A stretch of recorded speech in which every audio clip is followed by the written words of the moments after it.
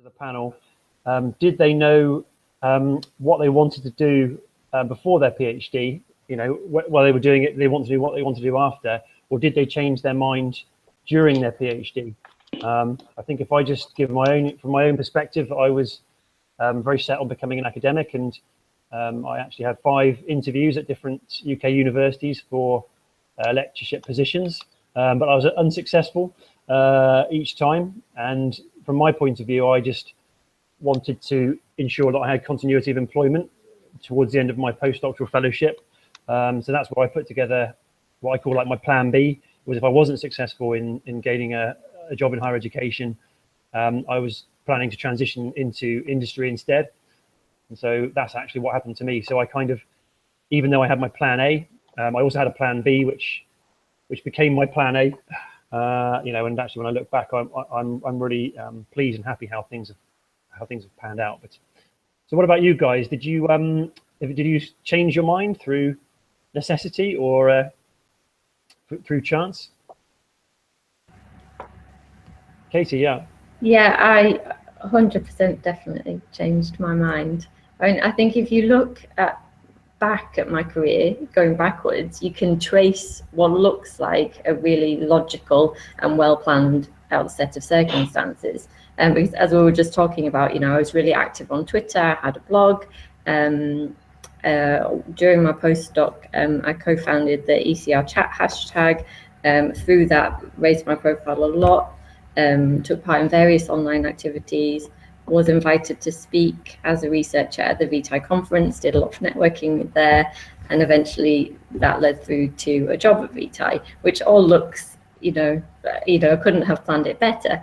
But actually, if you look at it sort of chronologically, there were so many different branches that were going on, you know, things I was pursuing and trying out that didn't go anywhere.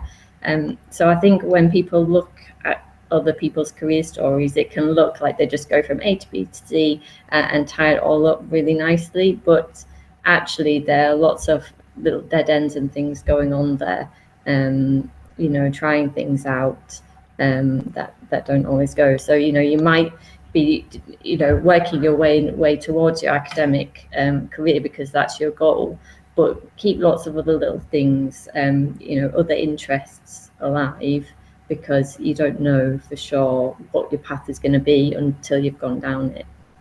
Mm-hmm. So it's a little bit of a case of kind of keeping your options open. And I think sometimes it's quite funny how you can look back and tell a story of your career, but actually you didn't necessarily have that plan. But often it does work out, and you can kind of make sense of it. Nice. Okay, thanks, Katie. Lee, did you want to come in on that one?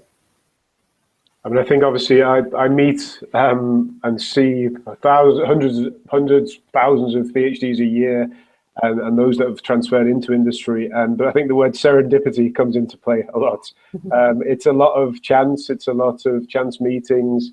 Obviously, you can, doing a lot of things we talked about today, you can help your career path. But don't be worried, and don't think that everybody has this perfect career path planned out. It's more often than not the case. So don't think you should have a perfect plan ahead of you. Help your plan, that's for sure, but it shouldn't be perfect. Not many people's are.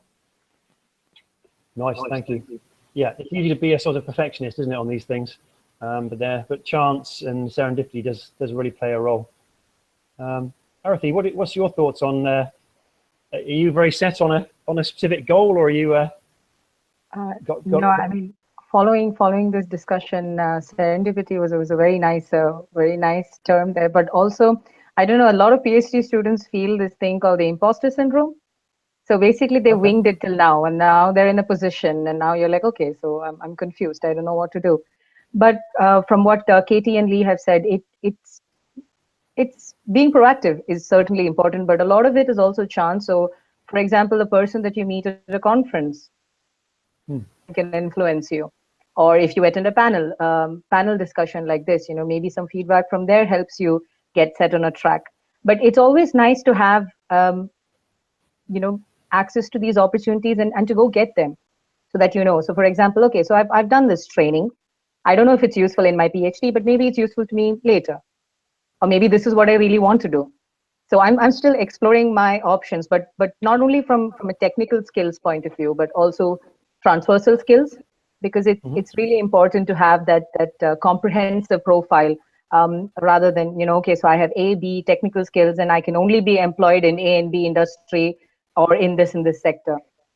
So yeah. So you're actually really focusing on breadth.